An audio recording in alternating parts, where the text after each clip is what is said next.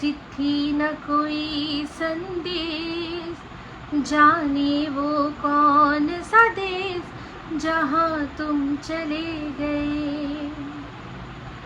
चिट्ठी न कोई संदेश, जाने वो कौन सा देश जहाँ तुम चले गए, जहाँ तुम चले गए। इस दिल पे लगा कर थे, जाने वो कौन सा देश जहाँ तुम चले गए। हाय, আমি Ipsita, welcome back to my channel. চলে এসেছি আবার একটা নতুন ভিডিও নিয়ে অনেক দিন পরে। তো আজকে ভিডিওর শুরুতে বুঝতেই পাচ্ছেন যে এই গানটা কার জন্য গাইলাম। সত্যি মানে নিঃশ্বাসের বিশ্বাস নেই, এই কথাটা আমরা সবসময় শুনি, বারবার বলিও, কিন্তু আমার মনে হয় আমরা কথাটা বিশ্বাস করি না। যদি সত্যিই বিশ্বাস করতাম তাহলে প্রতিটা নিঃশ্বাস নেওয়ার আগে বা নিঃশ্বাস প্রশ্বাসটা ছাড়ার পর আমরা কিন্তু চিন্তা করতাম যে আমরা কি করছি। এই যে নিঃশ্বাসটা নিলাম, তারপর ছাড়লাম, আবার কি নিঃশ্বাসটা নিতে পারবো? তো এই জিনিসটা কিন্তু বারবার মনে হয়। তো আমরা যতই মানে বেসিক্যালি আমরা হচ্ছে গিয়ে জ্ঞান পাপী, হাজার জ্ঞান আমাদের আছে, কিন্তু সেই জ্ঞান সহ আমরা পাপ কাজ করে যাই। তো অবশ্যই আজকে সেরকম একটা বিষয় হয়েছে, সেটা নিয়ে কথা বলবো। তার আগে বলি যে আলী ভাই সে মানে যেভাবে চলে গেছে সেটা জাস্ট মেনে নেওয়ার মতো নয়। প্রত্যেকটা মানুষ মানে যারা সত্যি মান আর হুঁশ দুয়ে মিলে মানুষ, প্রত্যেকজন শত্রু মিত্র যারা হয়তো তার সাথে অত কোনো যোগাযোগই ছিল না, মানে যোগাযোগ ইন দ্য সেন্স তারা হয়তো চিনতই না, তারাও কানে শুনে সবাই খুব কষ্ট পাচ্ছে এটা ভেবে যে তার স্ত্রী একদম অল্প বয়সী মেয়ে, একটি অল্প বয়সী মেয়ে, তার দুই কন্যা একদম ছোট, মানে আমার মনে হয় বড়টা ফাইভে পড়ে, আর ছোটটা মনে হয় খুব যদি বেশি হয় তাহলে ওয়ান টুতে পড়ে, এরকমই পড়ে হয়তো, এইরকম ছোট বাচ্চা বা নার্সারি এরকম। হ্যাঁ, আমি মানে অতটা ঠিক মনে নেই যে ঠিক কীরকম, কিন্তু বয়সের একটা আমি মোটামুটি আইডিয়া দিলাম আপনাদের যে ওদের লিসার দুই মেয়ের বয়স কত হবে। এই রকম ছোট্ট দুটো বাচ্চাকে ছেড়ে যার বাবা এরকমভাবে চলে গেল, তার মায়ের মনের এখন কি অবস্থা সেটা বোঝার হাজার চেষ্টা করছি, কিন্তু আমি জানি আমি হাজার চেষ্টা করলেও পারবো না। ওর মন, ওর কষ্টটা ওই বোঝে। কারণ আর ও যে কতটা ওর হাজব্যান্ডের প্রতি ডেডিকেটেড সেটা ওর চ্যানেলটার নাম আপনারা পড়লেই বুঝবেন, যেখানে কিনা আমাদের এখানে সবাই জাস্ট নিজের জাস্ট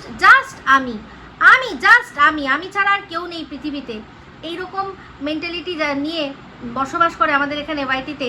সেখানে ওর চ্যানেলের নামের মধ্যেই কিন্তু ওর বর আর ওর দুজনের নাম মিলিয়ে আলী লিসা। খুব খারাপ লাগছে। তো যাই হোক, একটা বিষয় আমার কর্ণগোচর হলো, আর শুনে মানে রীতিমতো ছিছি থুতু ছাড়া আর কিছু বলতে পারছি না। এই যে বললাম না যে জ্ঞান পাপী, আমাদের জ্ঞান সবই আছে, যে আমরা বুঝি সবই, যে কোনটা ঠিক কোনটা ভুল, কোনটা বলা উচিত কোনটা বলা উচিত না, কিন্তু তার সত্ত্বেও আমরা কি করি, জ্ঞান সমেত পাপ কাজটা করি। কারণ মানে অ্যাকচুয়ালি মনের ভেতর পাপটা যাদের প্রচুর বেশি থাকে তারাই এটা করে। তো শুনলাম এই কিমা, মানে এই ওয়াইটি জাস্ট কিমা, তার তো খুব সুন্দর একটা নাম দিয়েছিল একজন, জাস্ট বে, এরকম একটা নাম দিয়েছিল। হ্যাঁ, পরেরটা আমি আর বলছি না, জাস্ট বে, আব্বে তুব্বে বলে না, ওই জাস্ট বে। অ্যাকচুয়ালি ও তাই, ও সেই জিনিসটাই, সেটা আমাদের বাজে বাজে বোঝানোর চেষ্টা করে যে ও অ্যাকচুয়ালি ঠিক কোন জায়গা থেকে উঠে এসছে। মানুষের জন্ম হোক যথা তথা, কর্ম হোক ভালো, ও কর্মের দিক দিয়ে ও বারবার করে মানুষকে বুঝিয়ে দেয় যে আমি জন্মে কর্মে সব দিক দিয়েই ভগবান আমার জন্য যেটা ঠিক করে রেখেছিল আমি সেই জায়গা থেকেই বিলং করি, আমি সেই খান থেকেই আর কি বিলং করি।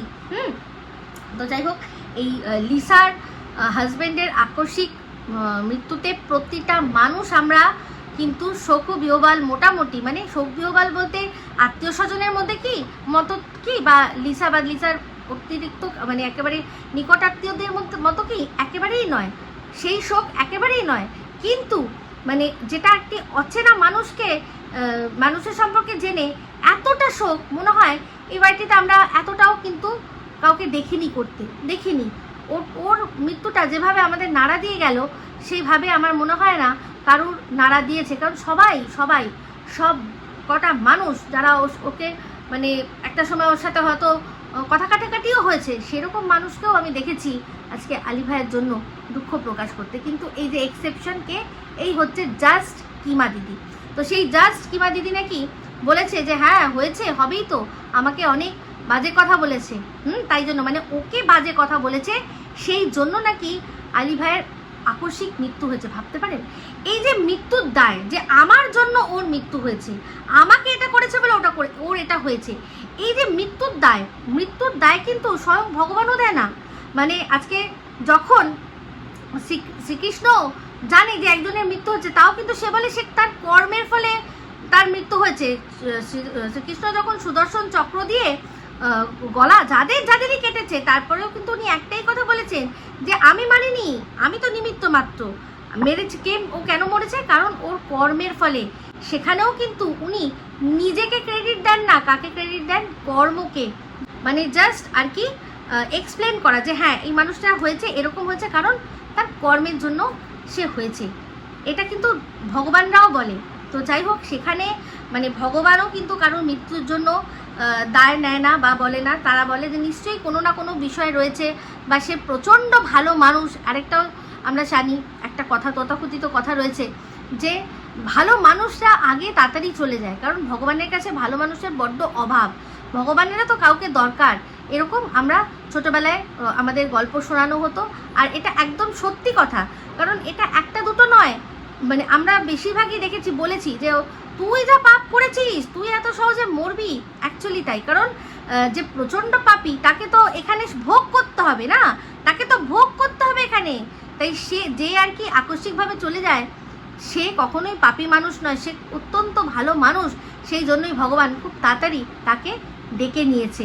তো কিন্তু এই কিমা, সে বলছে ওর জন্য নাকি ওকে বাজে কথা বলেছে তাই জন্য হয়েছে। হ্যাঁ, এইটা বলাতে না শুধু কি মনে হচ্ছে বলুন তো, ও অ্যাকচুয়ালি নিজেকে জমের জায়গায় নিয়েছে। একমাত্র জমই আছে, উনি কিন্তু যমরাজ, কিন্তু সে কিন্তু মৃত্যুর জন্য দায় নেয় যে এই তোর মৃত্যু এখন অবশ্যম্ভাবী, আমি তোর প্রাণ কাড়বো, আয় তুই চল, আমি তোর প্রাণ নিতে এসেছি। একমাত্র আছেন যমরাজ, সে কিন্তু শুধু মৃত্যুর জন্য দায় নেয়, বাদ বাকি দেবতারাও নেয় না। তাহলে ও নিজেই নিজেকে একেবারে ও যে একদম বলেছিল না যে ও নরকে আর কি বড় হয়েছে, অ্যাকচুয়ালি তাই, নরকেও বড় হয়েছে। আর এই যে ও নিজেই একেবারে জমের মতোই, ওর মানে ভেতরকার মনটা যে শুধু ছিনিয়ে নিতে আসে। যমরাজ কি করে? যমরাজ কিন্তু আমাদের কোনো কর্মফল যেমন আমাদের শনিদেব দেন, উনি কিন্তু না, উনি শুধু চিনিয়ে, ওনার কাছে শুধু আদেশ আসবে, যার কর্ম থাকবে, যার সময় আয়ু শেষ হয়ে গেছে, তার কাজ হলো শুধু প্রাণটা ছিনিয়ে নেওয়া। তো এই কিমারও চরিত্র হচ্ছে শুধুমাত্র ছিনিয়ে নেওয়া। সেটা মানুষের মান সম্মান ভালোবাসা থেকে শুরু করে মানুষের এই যে জীবন, ও নিজেই নিজেকে দায় করছে। কত বড় মানে অসভ্য মহিলা। আমি শুধু ভাবছি, যখন থেকে শুনেছি আমি ভাবছি যে এইটা একটা মানুষ বলতে পারি কি করে? আরে ভাই, আমি তো কোনোদিনও ওদের সামনে গিয়ে দাঁড়াইনি, আমি সহ আরও অনেকে, আমি তো তাও হয়তো ওদের ব্লগস একটা দুটো দেখেছি, কিন্তু এমন অনেক মানুষ আছে যারা মানে ঘুণাক্ষরে ভদ্রলোককে একবারও দেখেও নি, জানেও না, কিন্তু তার সত্ত্বেও যখনই শুনছে তার বউয়ের বয়স এরকম অল্প বয়স, তার দুটো ছোট ছোট মেয়ে আছে, তারাও কিন্তু কি পরিমাণ মানে এটা কি বলবো, দুঃখ প্রকাশ করছে যে এইরকম অভাবনীয় অকল্পনীয় একটা ব্যাপার। সেখানে ওর মতো মানুষ, সে বলছে যে হ্যাঁ আমাকে বলেছে তাই জন্য ওর এরকম হয়েছে। তার মানে ও নিজেকে কোন জায়গায় নিয়ে যাচ্ছে দেখেছেন না? আমি বলেছি না যে ও এখন নিজেকে এমন একটা জায়গায় নিয়ে পৌঁছে গেছে, সেখানে আগে যেমন ও ভগবান ওকে বাঁচিয়েছে, ও ভগবানকে ক্রেডিট দিত, কিন্তু সমস্ত কিছু তো ভগবানকে আগে ক্রেডিট দিত যে আমাকে তো ছেড়েই দিয়ে গেছিলো, আমার তো মরেই যাওয়ার কথা ছিল, তাও ভগবান আমাকে বাঁচিয়েছে, ভগবান আমাকে এই জায়গাটায় নিয়ে এসেছে। হ্যাঁ, তো কিন্তু এখন ও নিজেকেই ভগবান যে ভাবতে শুরু করে দিয়েছে, প্রমাণ পেলেন তো? যদি সত্যি না ভাবতো তাহলে কখনো এই কথাটা বলতো না যে ওই আমাকে বাজে কথা বলেছিল সেই জন্য ওর অকাল প্রয়াণ হয়েছে। ভাবতে পারেন? তো যাই হোক, আমি এখন আমার ওয়াইফাই লাগানো হয়ে গেছে এই বাড়িতে, কিন্তু তাও আমি এখন ছোট ছোট করেই ভিডিও দেবো, কারণ আমি বিশেষ কিছু ভিডিও দেখতে পাচ্ছি না। ছোট ছোট ভিডিও দেখবো, অল্প অল্প জিনিস যেগুলো কোনো না কোনোভাবে আমার কাছে আসবে, সেগুলো নিয়েই আমার মতামত রাখবো। তাহলে এই ভিডিওটা ভালো লাগলে লাইক শেয়ার কমেন্ট করতে ভুলবেন না। যারা চ্যানেলটা সাবস্ক্রাইব করেননি তারা সাবস্ক্রাইব করে নেবেন। সবাই ভালো থাকবেন, সুস্থ থাকবেন। আবার আসছি খুব শীঘ্রই একটা নতুন ভিডিও নিয়ে। টাটা।